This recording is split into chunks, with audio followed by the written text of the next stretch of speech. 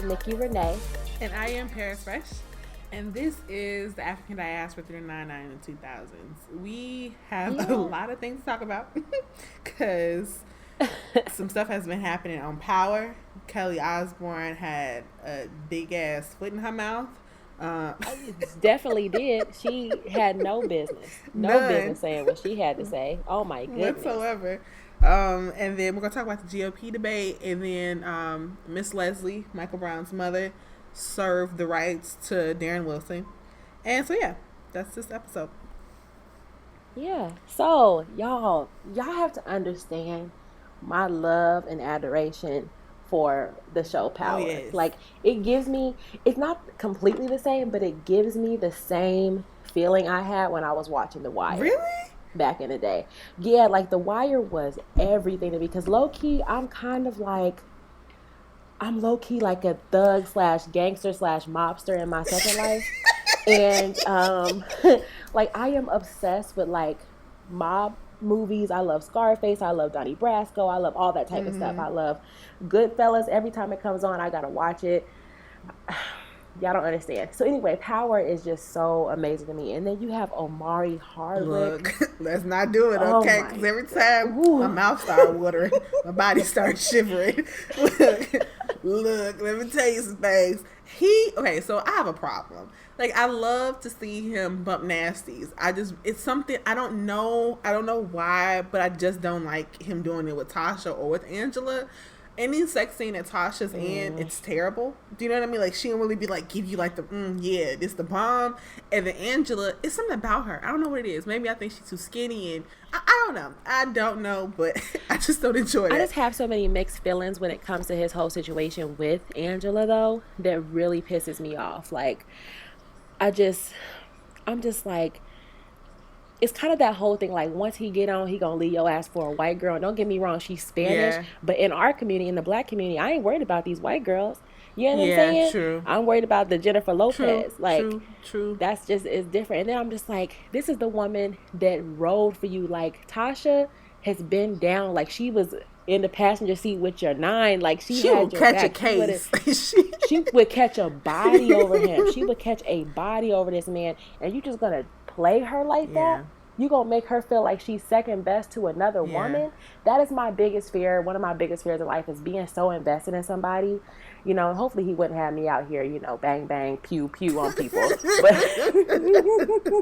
But one of my biggest fears is that I would just be riding for somebody so hard, and they would just play me. They wouldn't reciprocate. I mean? They have wouldn't me be out grateful. Here looking stupid. Yeah. And I don't know if that's the reason why. It could be a lot of things. I'm not sure, but I just really, though they look like they have great sex, and I know that it's false.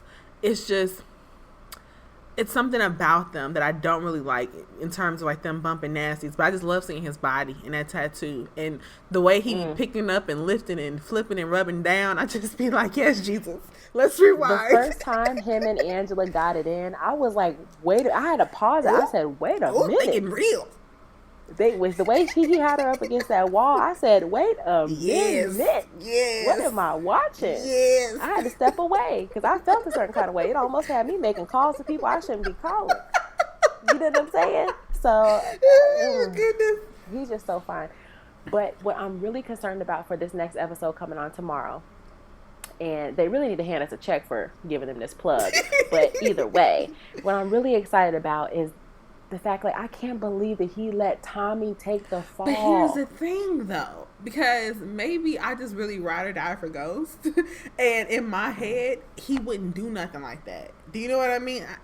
I feel like there's a greater plan because he's always thinking 10 steps ahead, and exactly how this plan is going to work out, I'm not exactly sure.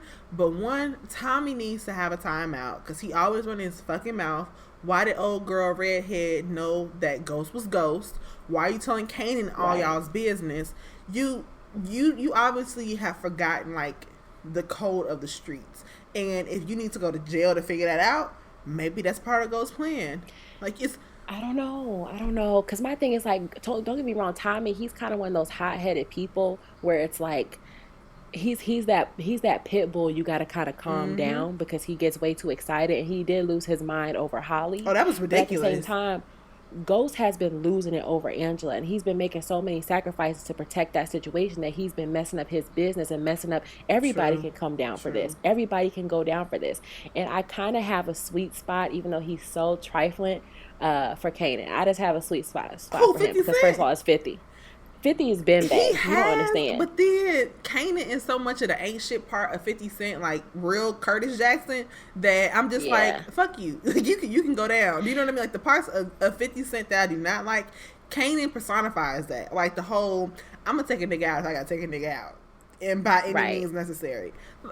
I kind of think though he's gonna let his son get hurt. Absolutely, he does not care about I that think young so. man, and that's what's really disheartening because Tasha don't care about him enough. Because if Tasha would have cared about him, it would have been the fact of, yeah, I know you love me, I know you would treat me really well, but my motherfucking husband is crazy.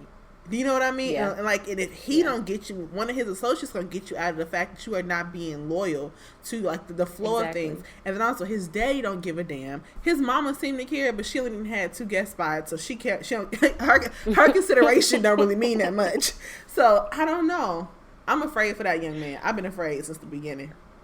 Yeah, I'm definitely afraid of him. Plus, he's just like, I'm like, you need to pull your skirt down. Like, you need to get it together. Yeah. You know, Yeah. like, and get a little tougher, Yeah. bruh. Get a little tougher because he's not there yet.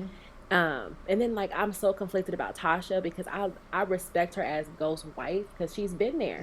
Like I kind of I have a soft spot for her because I'm like, girl, you know my story, you've been there because I've been where you at.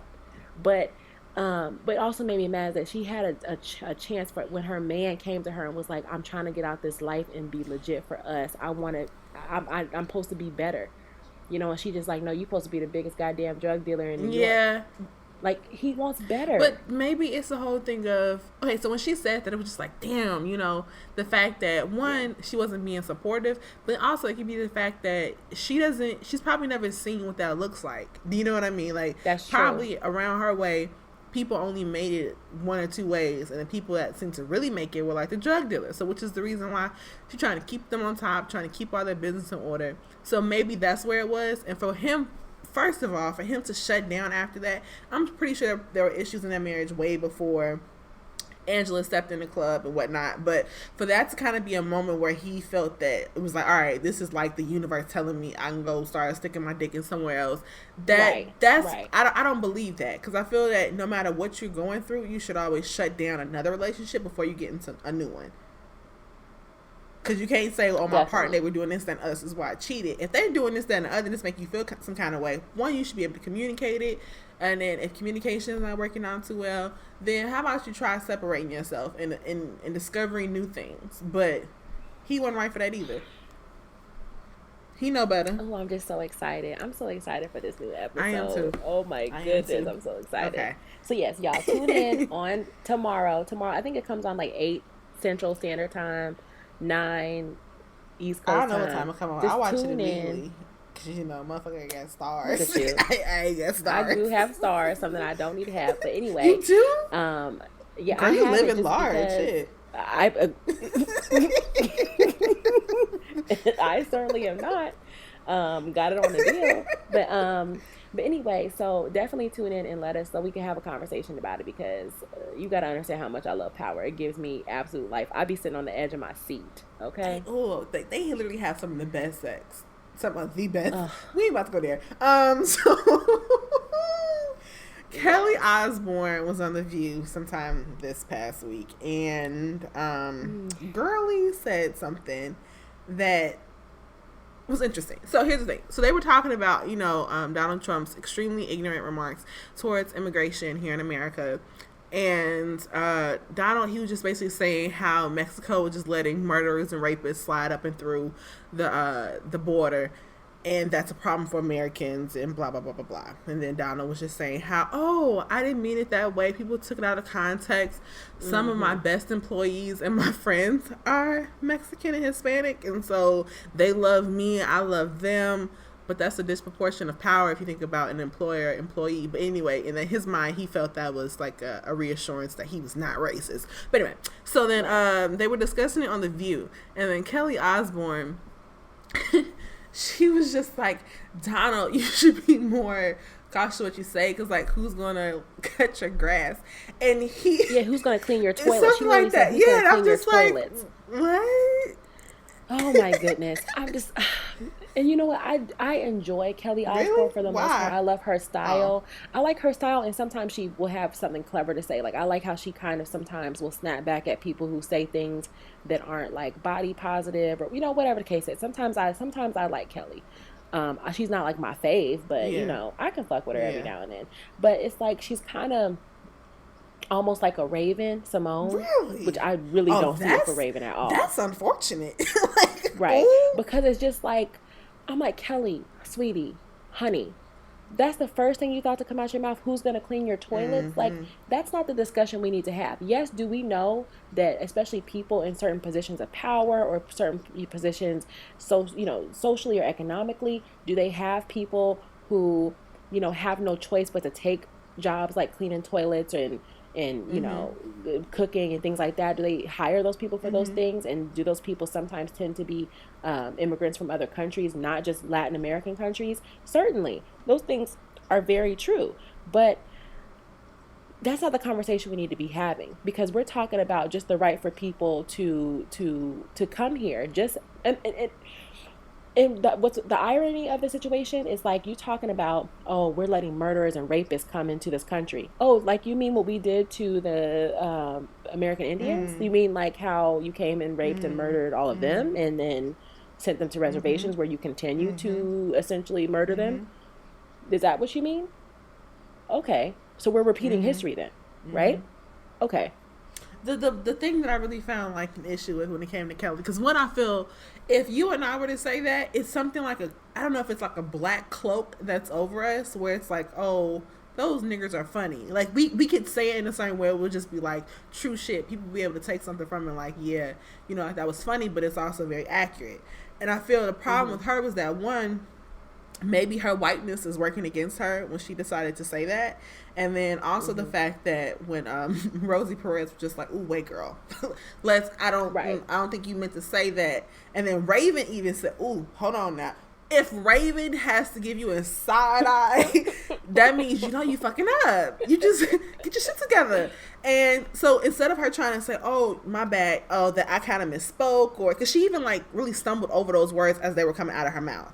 So you could tell, like, a part of her, one, she felt comfortable enough to say it, but then she was like, shit, should I not be saying it here? So it was like a weird thing with that. But then it was when they tried to say, we may not want to say that or reword it, she was just like, well, she was very dismissive, and she was saying, I'm not going to go over this with you. I'm not going to have this conversation with you. Excuse me?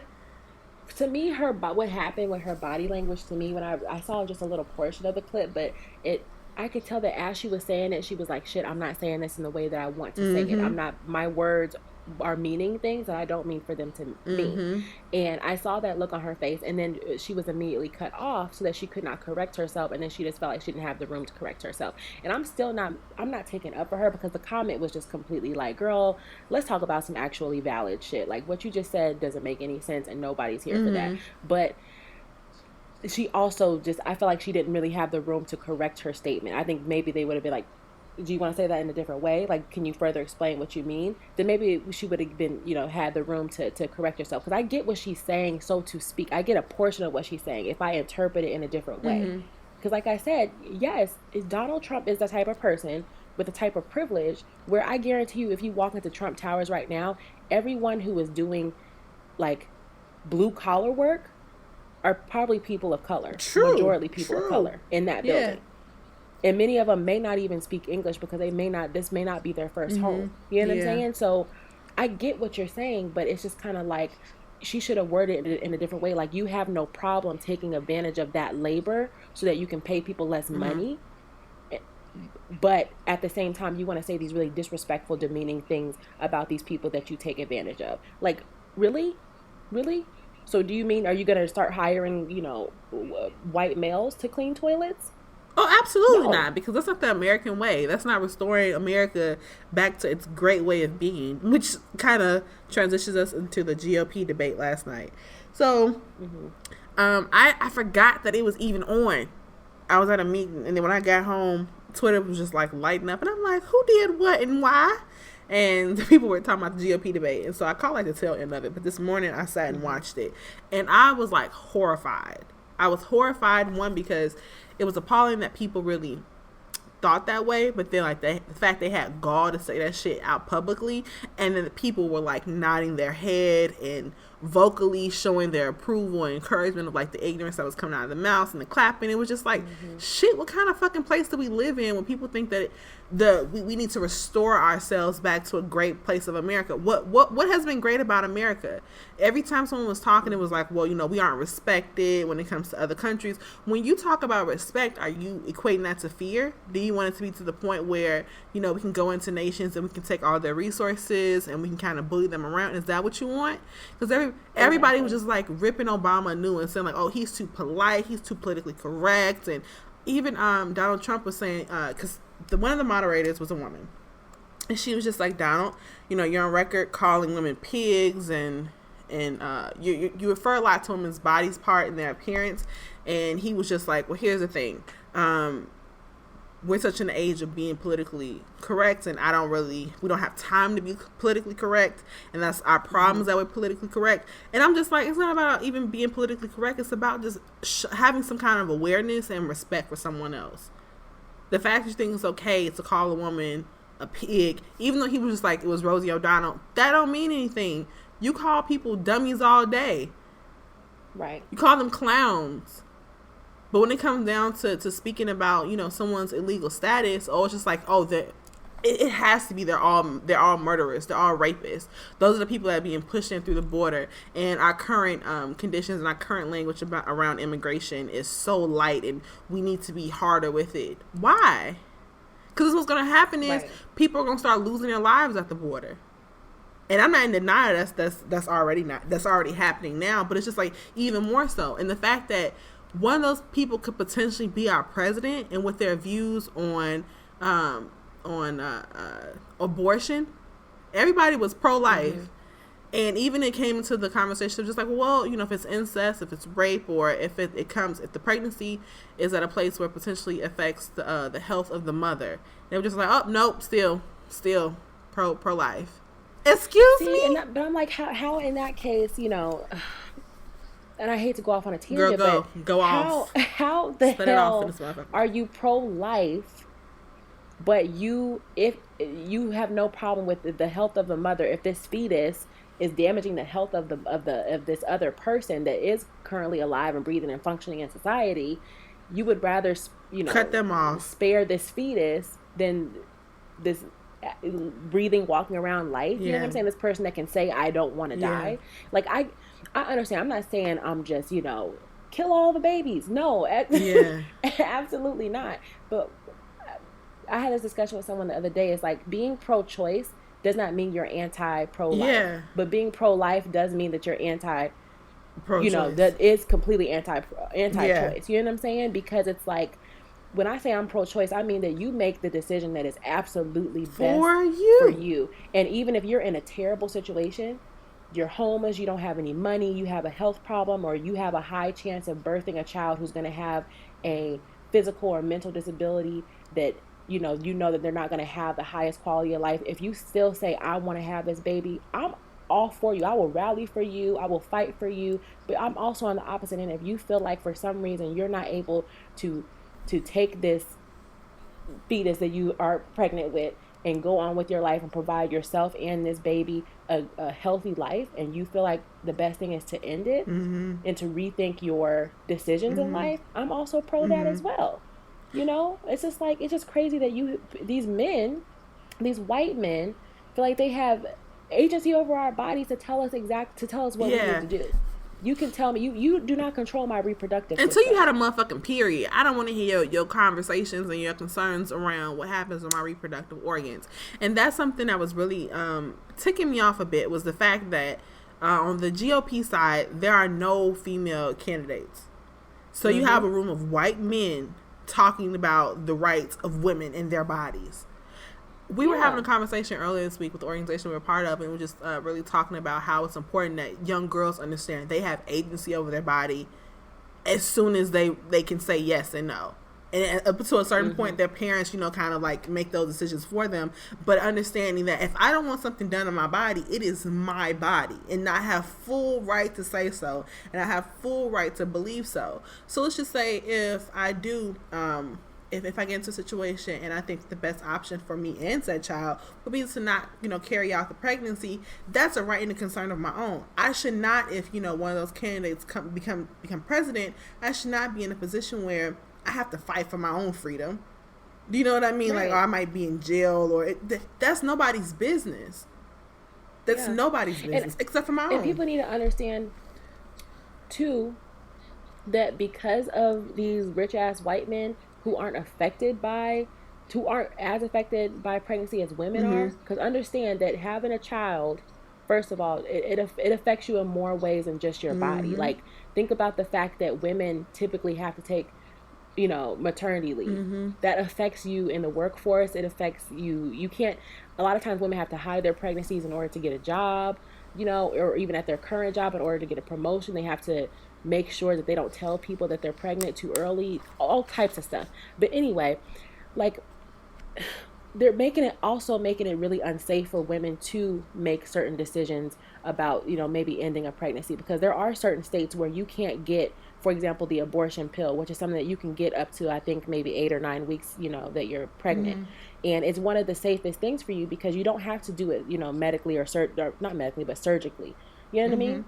Like, you can, it's a lot easier of a process than having to go have something inserted in you and all that type of stuff. Maybe even be under anesthesia, all of that. And it lets you do it earlier. So it's like, you're affecting even our health and us having options that are going to be better for our bodies. Yeah.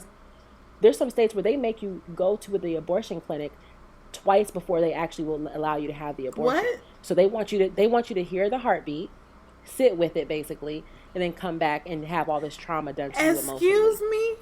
Yes. Whose business is... See, this is when I get angry. This is sincerely when I get angry. Why are you trying to guilt me into not doing something? Are you going to be over here? Let's just say if, once again, putting an example to the situation. Let's say if I'm in college and I don't have the financial means to provide for this child. You're going to make me go through that twice. And let's just say the second time I'm just like, I really can't do this. I would feel really, really guilty because I've sat and gone through this torture. And then I bring a child into this world that, one, I cannot give the time and attention to because I'm trying to better myself in terms of my education. Or let's say if I have to scale back a bit on my education, I have to pick up a job. The way this country is structured, you can't get much with the high school diploma. So then I'm up here barely being able to financially provide for this child. And then another thing they kept on harping on was the fact that they've been able to cut the budget. Well, how are you cutting said budget? What are you removing? Are you removing things that potentially help the people that are less fortunate in this country? So then I also, not only have you taken my right to make the best decision for me and a child, but now you've also are cutting off the benefits that I could potentially be able to bring in to support me in this job. So it's just like you keep on minding some business that is none of your own. Exactly.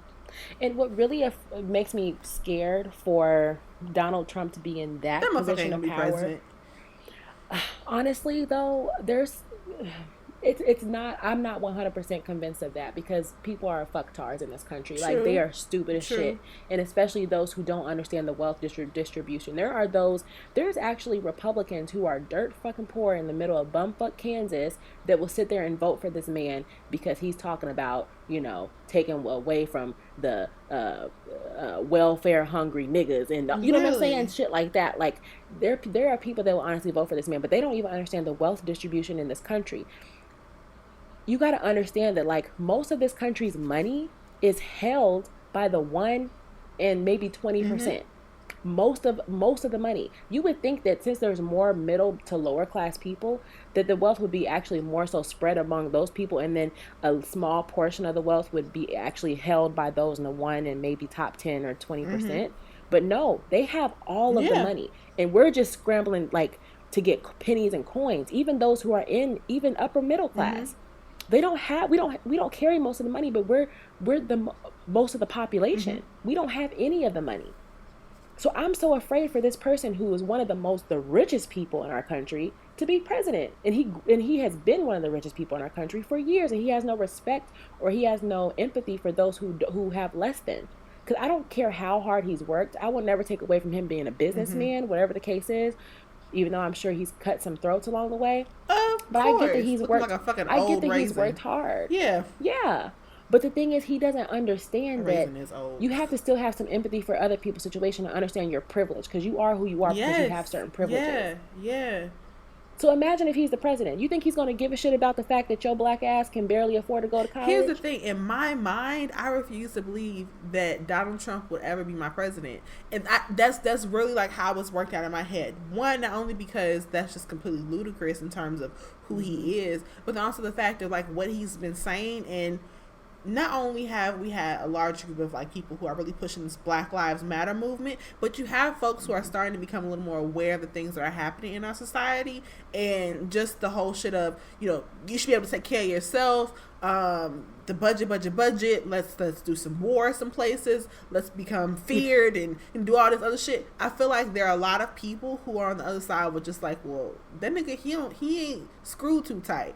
I feel, to be honest, the reason why he's still in this race is because he's funny as shit. Like, if you can be insulted by what he's saying, or you can just laugh at it because it's just that ignorant. Do you know what I mean? Yeah, he's a dumbass. So like, he is so every dumb. time he came on a debate, I just knew he was going to say some shit that had me, one, confused, and the second part of it was I was going to be laughing. Because I can't believe that somebody would just have those thoughts and then put them out into the universe. Right. And honestly, for me, which this might sound real ignorant, I kind of have a hard time acknowledging anybody else except for Obama and his family as my president and my presidential family. Yeah. Like, I have a hard time from this day forth. I kind of feel like my nigga Jeezy said, my president is black, my Lambo is blue, and I'll be goddamn if my rims ain't too. And that's how I'm living the rest of my natural born life. They gonna put me in the ground with a picture of Obama, for real. Yes. Because he's forever going to be my president. Yeah, Fuck what you heard. I remember they did his last inauguration, and that's when it hit me that someone else would be brought into office. Now, his last inauguration was around the time that I become politically, socially aware of things. Because up until that point, like, okay, yeah, I was born when Clinton was a president. Then it was like the Bush, and then it became Obama. So like, for the most part, that's all I know. Do you know what I mean? And when I was younger, of course, politics didn't really concern me. But around the time Barack's second inauguration took place, that's when you had Trayvon Martin in the case and what was happening and surrounding around that. So I was just like, wow, this shit kind of actually matters. I should probably start paying attention. And that's when it hit me. It was just like, shit, somebody that's probably not as charismatic as him is not as, though he does not come out and say the things that we want him to say, I feel like he at least shows a lot more concern, and he at least pays attention to some of our issues more so than any of the candidates at the debate did last night. And it was just like, damn, we might have someone that doesn't give a damn about us. And that's when I was specifically looking at it from the perspective of someone who's black and understanding like how important it is for the things that directly affect me become addressed. Like, you can't keep on putting our issues into a corner or like trying to lock it in the closet and just like act like it doesn't exist. That was the first time. And so I've had to constantly go through that whole thought process of, well, what's going to happen, you know, like once he leaves office. I was really hoping that somebody would come in that had a shining heart and, you know, they were all for the people. And I'm not talking about the rich folks, because they're well taken care of. Regardless of what's happening, they are well taken. First of all, they don't spend majority of their time in this fucking country anyway. Exactly. So, like, I'm not concerned with them. I'm talking about the people. I'm not even concerned about the middle class, to be honest. I'm talking about the lower class. That's the class that I grew up to be a part of. I'm working myself out of that, but just understanding, like, how people in the lower class are always set at a disadvantage when it comes to education, when it comes to police presence, when it comes to the allocation of funds throughout the community in terms of where community centers get built or certain events that take place. Like, I'm very concerned about that. And to hear and to understand that our next possible presidential candidate will not have those same concerns. Because even at the debate, I only heard 2 questions that get asked about race. And they were both answered horribly. They don't give a shit. They were answered horribly. Ben Carson sat up there and basically was just like, race baiters, they keep on stirring this shit up and keep on acting like race is the central problem of all the issues that keep on happening. Motherfucker, you trying to tell me they ain't?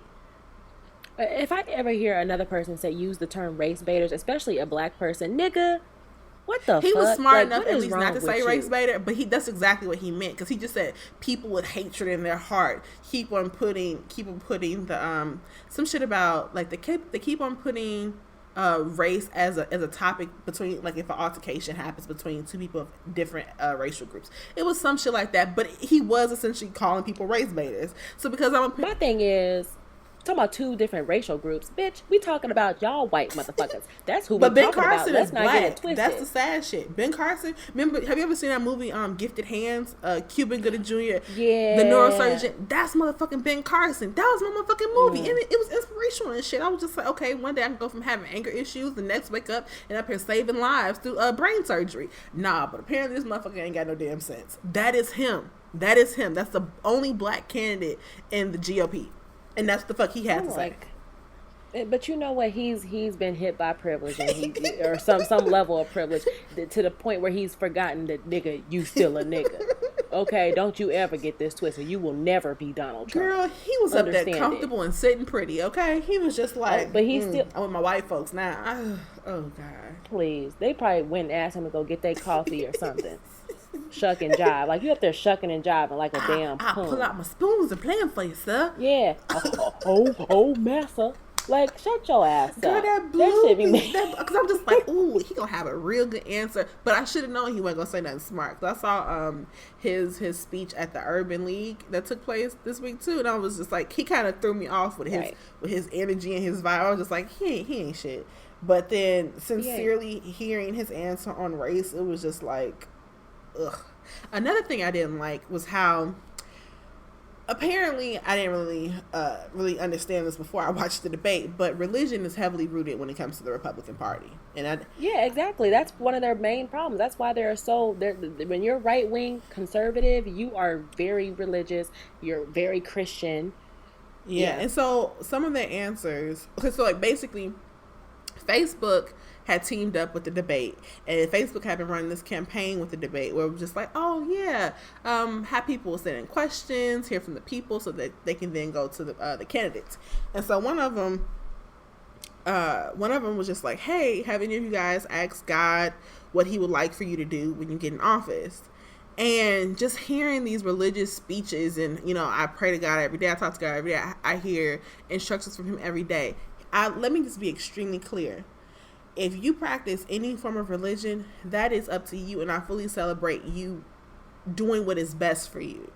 What I do not like is a tone whereas basically if you don't fit in under this, then you're not my concern, if that makes any sense. Do you get what I'm saying? Right. Just like if you don't support the same ideology that I support or the same religion that I support, then you won't even feel like you have a place in that party. Because a lot of the things they were talking about, particularly around like pro-life and pro-choice, that was rooted in religion. So if I personally don't subscribe to any religion. Do I believe that something created us and it's a higher being? Absolutely. But I don't subscribe to religion anymore, even though I came from a religious background. So I need to understand that, and I need to feel that no matter who my next leader is, they fully respect my right to pick and choose if I want to be a part of a religion or not. And they won't impose their beliefs on me. And the thing is, there's a difference between religion and spirituality. Religion, think about the word religious. Like, I could say, oh, I brush my teeth religiously. I do it every day. It's a practice.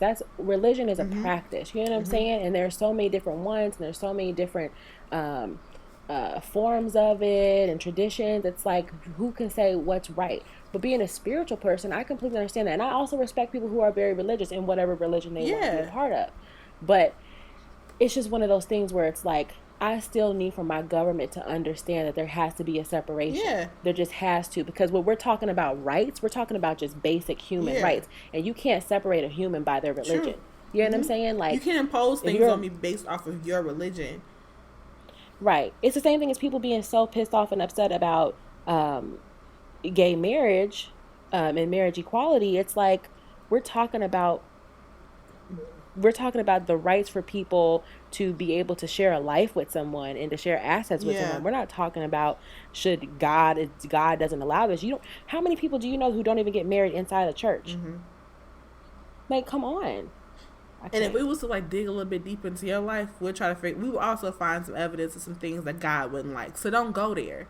Don't have your nose in all other folks' business. But before we kind of end this conversation about the GOP debate, I wanted to bring up the Dream Defenders. Have you ever heard of them? No. You never heard of Dream Defenders? Okay, do you know who Philip Agnew is? Okay, so that's Bay, right? Yes. So Bay, I'm so sorry for always objectifying these brothers that got it going on. But here's the thing. If you got it going on, I'm going to recognize it and you going to be Bay. So Philip Agnew, I believe that he's the founder of Dream Defenders. If he's not the founder, I believe that he's also like the national director. Something like that. He got a high position in it if he didn't found it himself. And so last night, the Dream Defenders, they were running a hashtag. It was KKK or GOP. And so this was on Instagram. They have a website up, and the information from what I was reading is extremely accurate, and it shared the same views that I felt in terms of just the language that they were using. And, you know, are we listening to the KKK? Are we listening to the GOP? So that whole thing was happening. They went to go log into their Facebook this morning, and guess what happened? Girl, the account was deactivated, and apparently it was because they had violated some kind of terms or agreements. You know, that shit that none of us ever read, but we always click and say we read. Apparently they violated that in terms of, like, you know, them voicing their opinions. And so it was interesting because it was just like, wow, okay, well, why is it so important that these people that are speaking the truth? Because they were just sharing information and just sharing, like, having a conversation with people in terms of, like, what was being discussed in the debate. And it's like, well, why is it that big of a deal? So today, me and along with some other folks, we were tweeting Instagram. We were just like, can y'all please reinstate that account? Like, that's completely idiotic, where you would remove their account and remove the information they're trying to put out there to the people, but you would leave up, you know, sex videos, or you would leave up videos of hate crimes. Like, that's okay for you to do. But then it was just like, make the connection. So Facebook was a partner in the debate yesterday in terms of, like, broadcasts and services and whatnot. Facebook also owns Instagram. So it's like, are you mad? Are you really mad though? Right. Are you mad? Thankfully, all has been restored. The Dream Defenders Instagram page is back up and running. But it was just like, that's really crazy that if someone wants to express not only their opinion but fact, exactly, it can be removed. Yeah. They have way too much control over that stuff. Way too much control. Hopefully I can't hear these sirens going off. Oh, I can hear them, so they probably can hear. But it's okay, y'all. You know, this is... Sorry, y'all. You know, this is Shy. This is Shy. Some real shit goes down in the Shy. And I'm on the south side right now. Okay? The low end. So, you know. But let's hope all is well. That's a good segue into the what you're not going to do is, you know, like the sirens. Like, no. You know. But you know what, y'all? Send us your comments about the debate. Send us your questions about the debate. And let's just have a dialogue about this motherfucker Donald Trump. And please, whatever you do, let's just not let this motherfucker get in office. Because I will lose it. I will freaking lose it. My ass will be in Zimbabwe somewhere before I let this man be president. I cannot take it. I won't do it. And I know exactly what he gonna do. He probably gonna raise the interest rate on all our student loans to like 25,000% because he's a dick. So let's just make sure this doesn't happen. And I feel like we should take a break. Yep.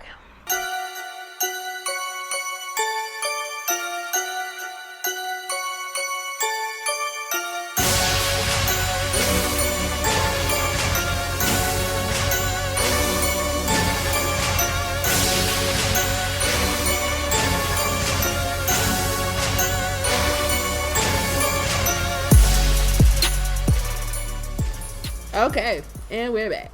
So, Nikki, do you want to lead this next portion of the what you're not going to do? You want me to lead it? Oh, let me go ahead and just... I got some things to say. So, this man, my hatred for him has still not left my spirit, Lord, and I'm trying to work on it. You know what I'm saying? Because you should not hate people. You should honestly, you know, you should still... I don't want to use the word wish him well because I wish him absolutely nothing that's well, but you should pray for people's, you know what I'm saying, to get right. But I can't, like, they none of my God business. Forgives, I don't. You know what I'm saying? It ain't none of my business. Okay. Like, so this Darren Wilson, if you don't know who we're talking about, which you should, Darren Wilson, the same cop who shot down and slaughtered Mike Brown, right? Mm-hmm. This asshole, he's made comments before, and I feel like I've heard this before, where he's basically like he has no remorse for what he did. And let me read his exact quote. I'm pulling it up now. You can tell that nigga ain't shit. Man said. He was asked, "Do you think about who he, Mike Brown, was as a person?" He says, "No, not really, because it doesn't matter at this point." Do I think, or no, I'm sorry. His exact quote was, "Do I think about who he was as a person? No, not really, because it doesn't matter at this point." Do I think he had the best upbringing? No, not at all. How do you do not know him? You did not even so much as really have a conversation with this boy before you pretty much shot him down in the middle of the damn street. And ain't no pretty much. That's what he did. That's exactly what he did. Yeah, that's exactly what you did. You don't know anything about him. You don't know anything about his family. How do you not think about the fact that their life was taken? You know what I'm saying? Like a young life, a person who, I don't give a damn if he was quote unquote out here doing bad things and getting into trouble and making trouble. You're talking about a young man who had, even then, had a chance for redemption. But let's not even play devil's advocate, because y'all not going to sit here and criminalize this boy who got killed and laid out in the middle of the damn street for hours on end for his whole community to sit back and watch.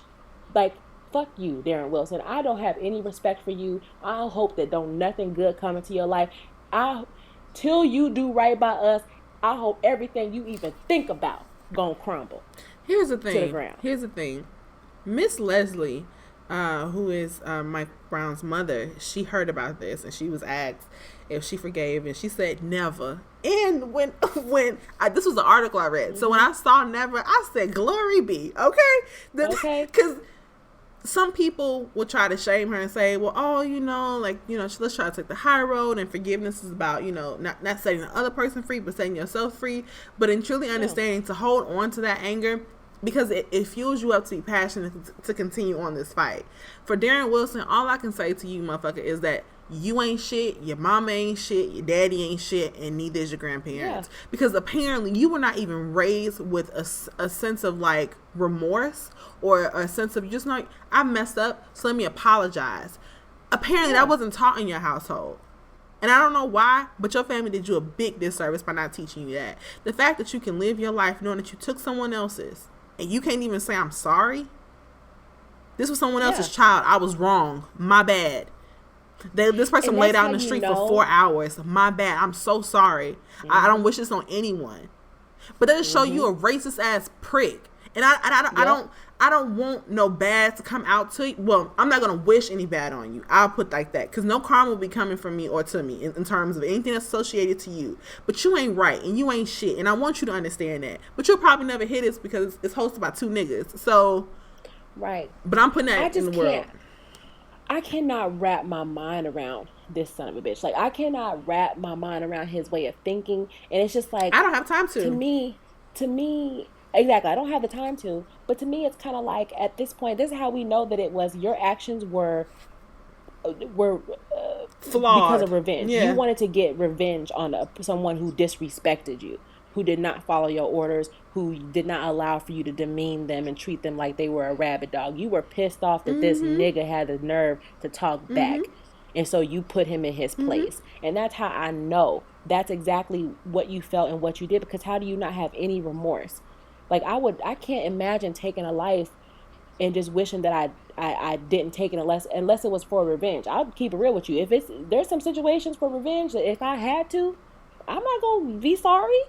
If somebody's trying to like rape me or hurt, you know what I'm saying? Like, or hurt my family member in a really crazy way, and I got to kill your ass, bye, shit. I don't care. The way that, first of all, I have 2 things to say. The way one that he's talking about Mike Brown, it seems like you could have swore that he and Mike Brown had like history, you know what I'm saying? Like, Mike Brown owed him some money, you know what I'm saying? He cheated him out of a craps game.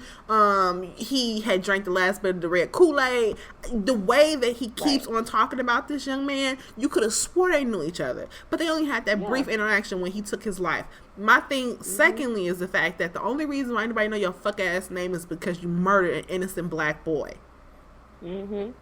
That is the You only ain't reason shit. why someone knows your name. That is the only reason why you got that fuck ass interview. And for your ass to sit up there in the New York Times or the New Yorker, whichever one that it was, and spill out that hate, get the fuck out of here. I have nothing else to say. Okay. Sincerely, I've had fuck enough to deal you. with Darren Wilson. Okay. Sincerely, fuck you. Signed, I ain't got time for your ass. Cause I wish, I could, lend out some kind words, but it ain't in me. Not I. I definitely feel you. So Darren Wilson, we're not here for you at all. We don't fuck with I you. really don't care what happens to you. Cue Big You ain't Sean. shit.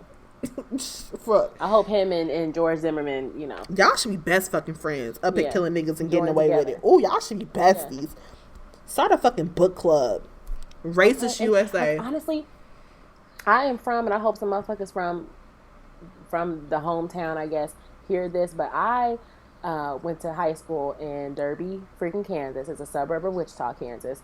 And a lot of people that I know happen to be white, of course, because Derby, hello, let's be honest.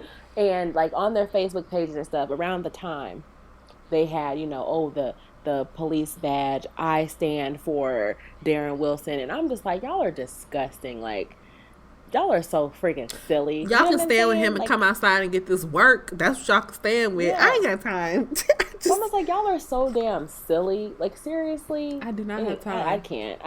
And that's why I really can't fuck with very many white people from the hometown. Sorry. But fuck y'all. Have you, did you hear about cops making a disgusting online mock tribute memorial to Mike Brown? Did you hear about that?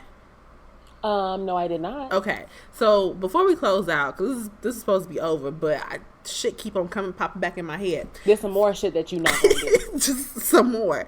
So basically, Part 2. it's a Facebook group online, and it's basically police officers and like I guess like a support system, a network where they can all kind of like keep in contact, some shit like that. And it's a fake memorial plaque. And it has Mike Brown's name. It has, the day he was born, the day that he passed. And then it has these fuck ass words. There once was a thug named Brown who bum rushed a cop with a frown. 6 bullets later, he met his creator, and then his homies burnt the town down. And so this was being circulated around Facebook. It had how many likes? Oh, it had over 4,000 likes. It was shared more than 1,700 times, and before it was taken down. And some of the police officers who are part of that group, they were just like, I'm full in support of law enforcement, but this is very distasteful. We should take this down. And the other folks were just like, nope, he chose his path, and this is what he gets for being a thug. He's no longer here. That is the most important thing. Like, even if you don't want to come out and say Black Lives Matter and really rally behind what is right, okay, right. The current movement, I get it. But this man is no longer here. Have you never fucking heard of rest in peace? That means we're going to leave your ass to find some peace wherever you are. Like, you can't even respect that? Who raised you? It's just so crazy to me how... Fuck 12. This nation will freaking convict somebody who is dead. How y'all convict a dead black man of a crime? Like, girl, they made him a criminal. You can't expect nothing no better. They made him a criminal. This man had passed. He had no longer been here, and all of a sudden they start putting out all these photos and all these stories of him being a thug. They put them on trial. I ain't got time. They put him on trial. Same thing that they did to Trayvon. They put Trayvon, this little boy, on trial. I can't deal with y'all. Like, I'm glad I never saw that, because I probably would have lost my damn mind. I can't handle it. So, Bam. If you hear for Darren Wilson or anybody else that's out here killing black people for sport, fuck you and your mama. I wonder if the same folks is up here, sharing all these stories are the same people that was crying out for Cecil the Lion. You know what? It's neither here nor there. Follow us. We gonna talk about Cecil at a different date. Cause that motherfuckers could really be over here. Cecil, and I understand the wrong and the injustice associated to that, but you still can't say Black Lives Matter. Anyway, so follow us on social media. Nicole, what's yours? My Twitter is Nikki Renee 3. Okay. And my Twitter, my Instagram, my Snapchat, all that stuff, my email is also I am Paris Fresh. And if you want to email me, it's IamParisFresh@gmail. The site's, well, not the site, the show's Twitter is 99 and the 2000's _ and then our email you can reach us at is 99 and the 2000's @gmail. Actually, no, that's a lie. I just lied to you. It's 99-2000's podcast. I was looking at the name of the email, not the actual, like, it's okay. It's been a long one. Okay, bye-bye. Bye, y'all.